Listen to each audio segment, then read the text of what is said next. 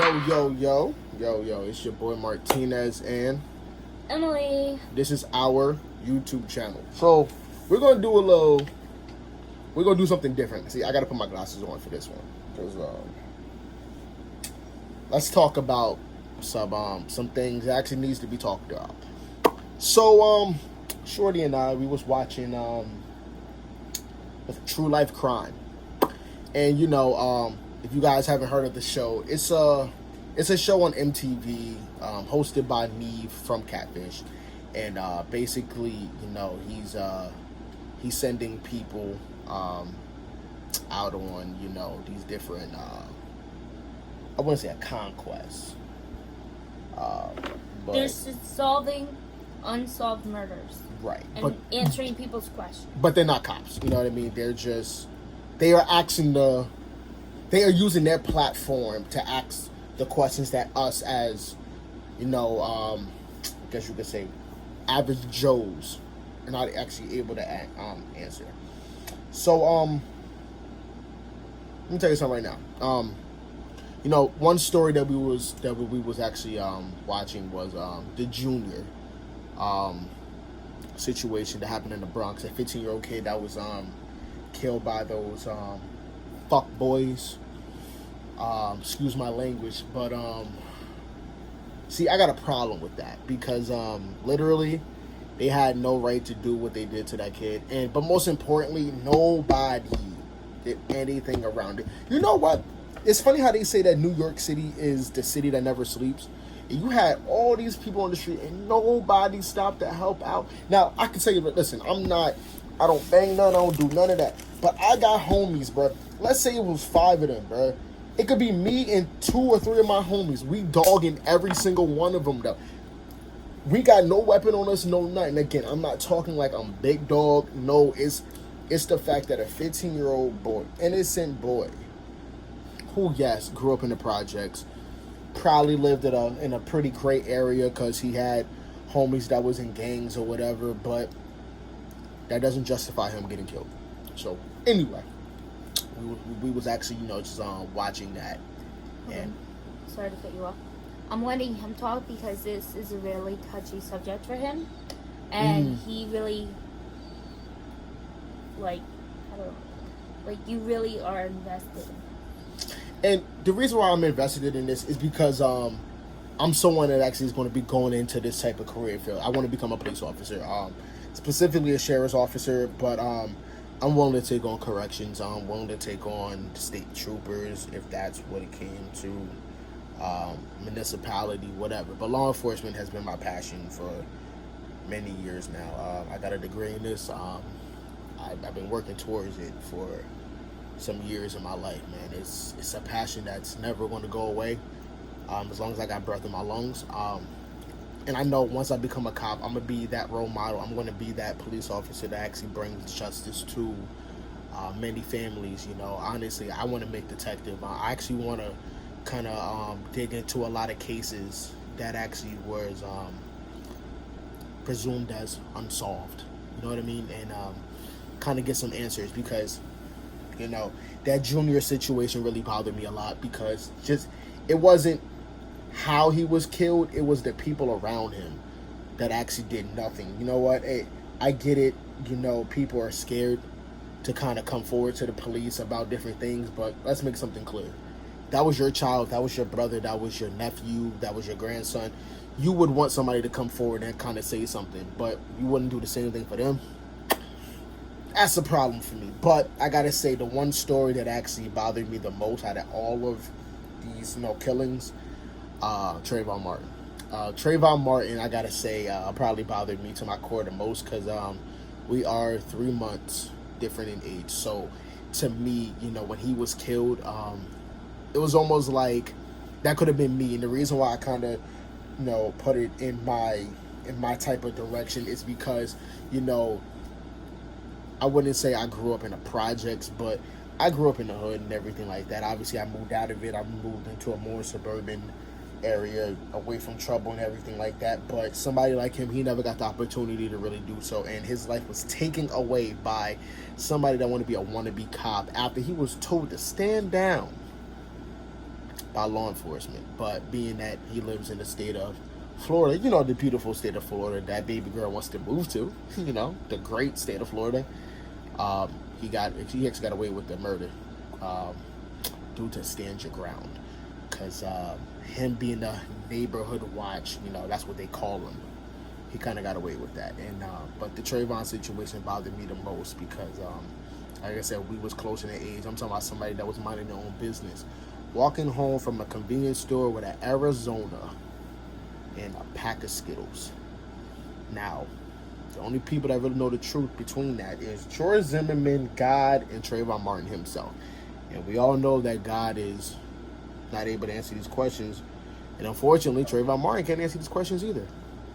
So, Where's Bud? baby, you alright? You want to go out? Hey, you want to go outside? Hey, you okay? That's our dog. Having a little puppy dream. She probably dreaming about Trayvon right now and Junior. They're okay. They're okay. But, these are just a couple stories that kind of bothered me a lot. Also, who was it? Kanika Jenkins, the beautiful soul from Chicago, which, in our opinion, feel like she was drugged. But I'm gonna let Emily speak about this one because she was a young lady. You know what I mean? To me, I feel like. Let me ask you this question. Let me ask you, if I may. You being a young lady yourself, how did you feel about her being possibly taken advantage of and possibly drugged? I don't like it. No? No. Not at all. Do you believe that she was possibly drugged? Because they found two types of drugs in her system. And I also think, nobody, I don't know how nobody sees this, but the kitchen was abandoned. Nobody used it. And all of this is shown on True Life Crime.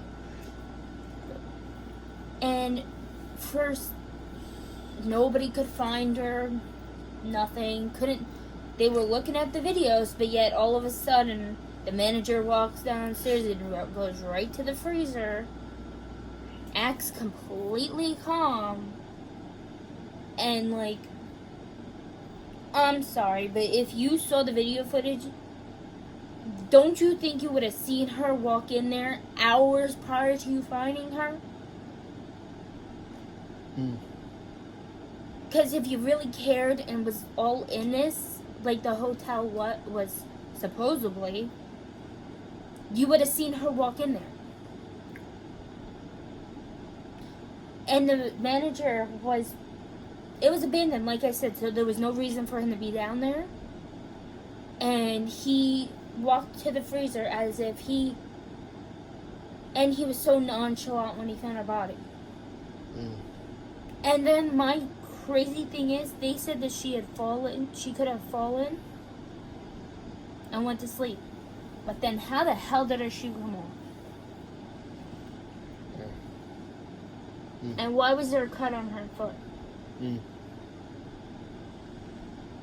Well, supposedly, this is what her family speculates. She was physically assaulted, sexually assaulted. That's how it happened. Now, whether or not that's true or not, who knows? But all I know is that a lot of these cases don't make sense to me. That's all I know. No. Truth be told, I do think that she was drugged. I think it was people inside the party that drugged her. Because according to her friends and family, she's never been known to do drugs. So I think somebody drugged her inside the party. I think somebody set her up. Yeah, but unfortunately for her family, her case is still unsolved. They feel as though that her death was accidental. Fun fact, the normal body temperature is 98. If it gets 3 degrees below 98, you're gonna die. So if your body temperature is a 95, you're actually going to die. Like 3 degrees really determines whether you live or die. That is the scariest thing in the fucking world. Hypothermia is a motherfucker. Let me tell you something right now. Actually, speaking of hypothermia, just heard on the news that a 13-year-old kid, I believe, from East Brunswick a couple days ago died from hypothermia because he fell through an icy pond. That shit's crazy. You know what I mean? See, that's why I don't trust ice skating. See, I don't trust that shit. Now, I don't know if little homie was ice skating, but, you know, RIP to the little homie. You know what I mean? I don't know who he was, but, my condolences to his family. That's, that is sad. You know, that's another kid that I have a question. died before I know his this episode. is weird, but is it this way or is it this way? You are the Catholic one, man. I don't know. I just do this. You know what I mean? That's how you do it? That's how I do it. I don't know. I could be wrong. You know what I mean? But God know what message I'm sending. Yeah.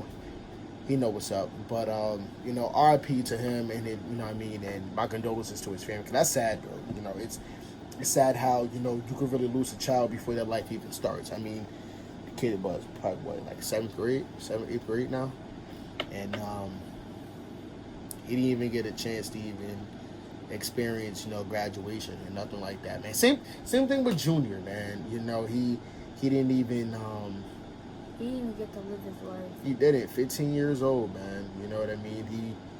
He would have graduated this year, I believe, if I'm not mistaken. Because he would have been 18 this year. So, he probably would have been a high school graduate. And it's a shame how he actually wanted to become a cop.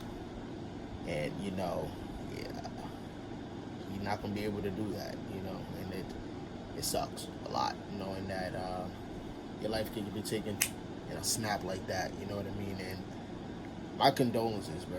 It's crazy. But one thing that you forgot to touch on with Kanika, a lot of people kind of was mad about the situation that, like, the cops wasn't so urgent to get on top of it. Understand this, and I want everybody to understand this, that this is not me taking a cop's side, but this is coming from somebody who actually has a degree in this.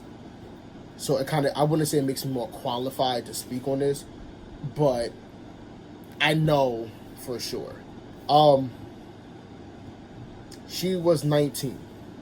So understand that cops are not too quick to jump on a quote-unquote missing persons case.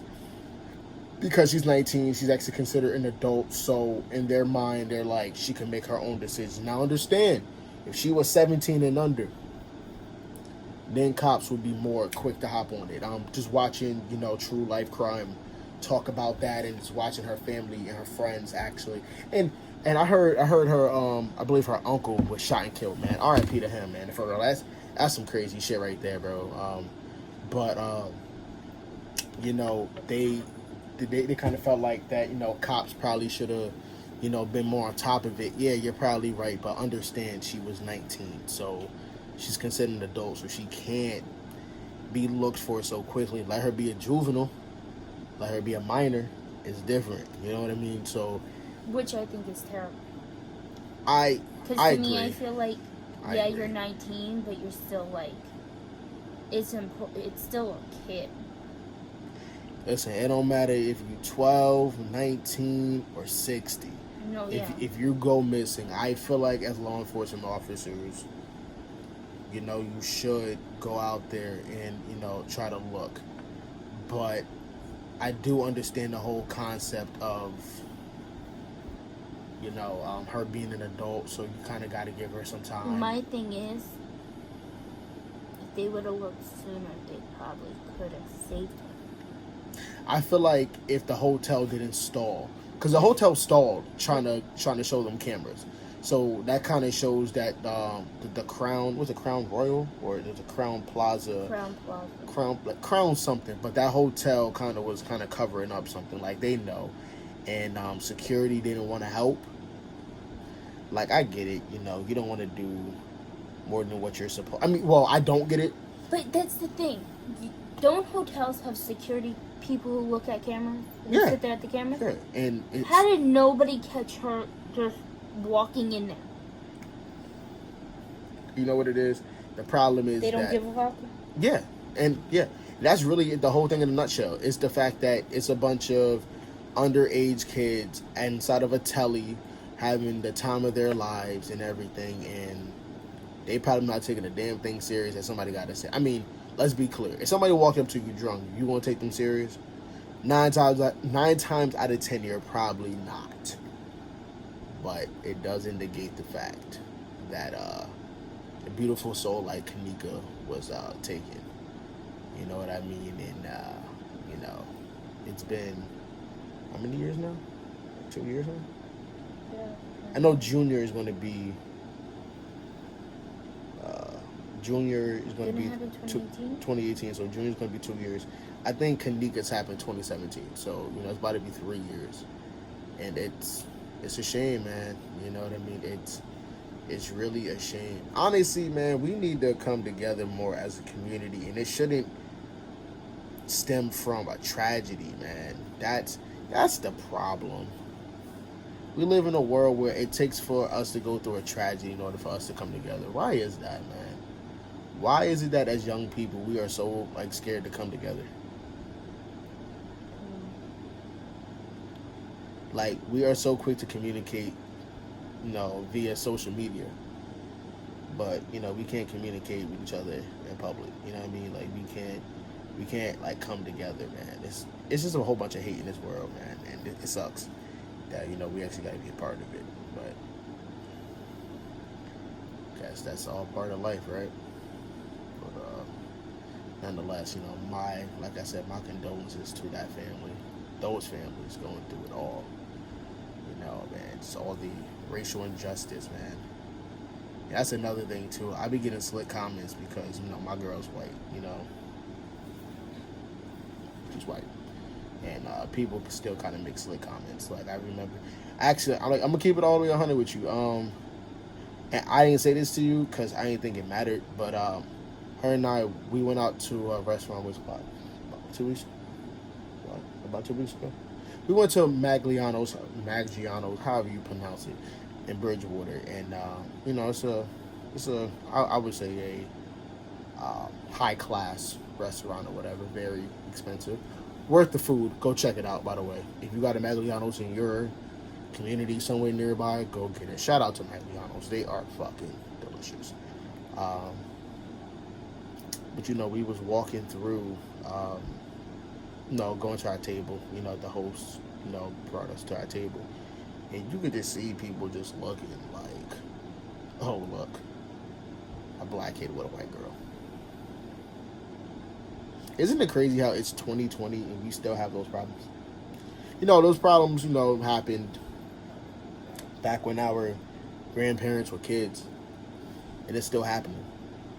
I mean, it all started during the slavery days, but, you know, understand this, racism's never going to go away. It can get suppressed, but it's never going away. As long as everybody got breath in their lungs, you're going to experience racism. Even people who we went to school with make comments. Oh, and I don't give a fuck. No, you know what I mean? neither, Like, niggas don't give a fuck. Like you're not going to tell me who I can and cannot date. You know what I mean? Like, you can't help who you fall in love with. Who she fell in love with. I mean, I'm just cool. I'm just enjoying the vibe. You know what I mean? Then whatever happens, happens. You know, it's a joke. I know. Damn shit. Gosh, looking at me crazy. I don't know. But, you know, that's just, love who the fuck you want to love, man. Who gives a fuck, man? Everybody always want to make comments about some shit, man. You know what I say? Suck my dick. Not literally, but figuratively. Like, you know what I mean? You can go fuck yourself. I don't give a damn what you gotta say, man, because ain't nobody checking for me. Ain't nobody checking for her. So, man, listen. Somebody could be checking for her. But you ain't doing nothing, though. But you ain't... Whoa, I'm begging you up. Time out. What you making that face for? So, come here. So you telling me there's not dudes that think that you're not attractive? No.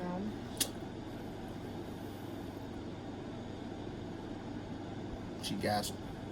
Hella dudes think that she attractive. But guess what, motherfucker? You not get her. You gotta kill me first. You think these ones right? No, because there's nobody that thinks I'm attractive besides you. Why you gotta do that though, man? But you're You the know- only one that matters. Yeah, exactly. But No, that, but what I'm saying is I don't pay attention if they do or not. should So I wouldn't do? know. I do. Cause I sit there and I'll be like, yeah, I'm sure they're attractive. And what? So what? Do something. Bust a move. Cause you're gonna get your shit parked by me if you try me. Days Low said, and try me. Try me. Yeah, bro, try me. You heard? I fight over mine. You heard? Yeah, we could knuckle up. But the moral of this video is, in all seriousness, is just always be aware of your surroundings. Don't go nowhere unless you're with a group of people or somebody else. Because, we live in a world where it's like you could really just be minding your business and get killed. Like, ain't that some shit? You can't even walk the neighborhood that you grew up in, where everybody knows you, and you gotta worry about a motherfucking killing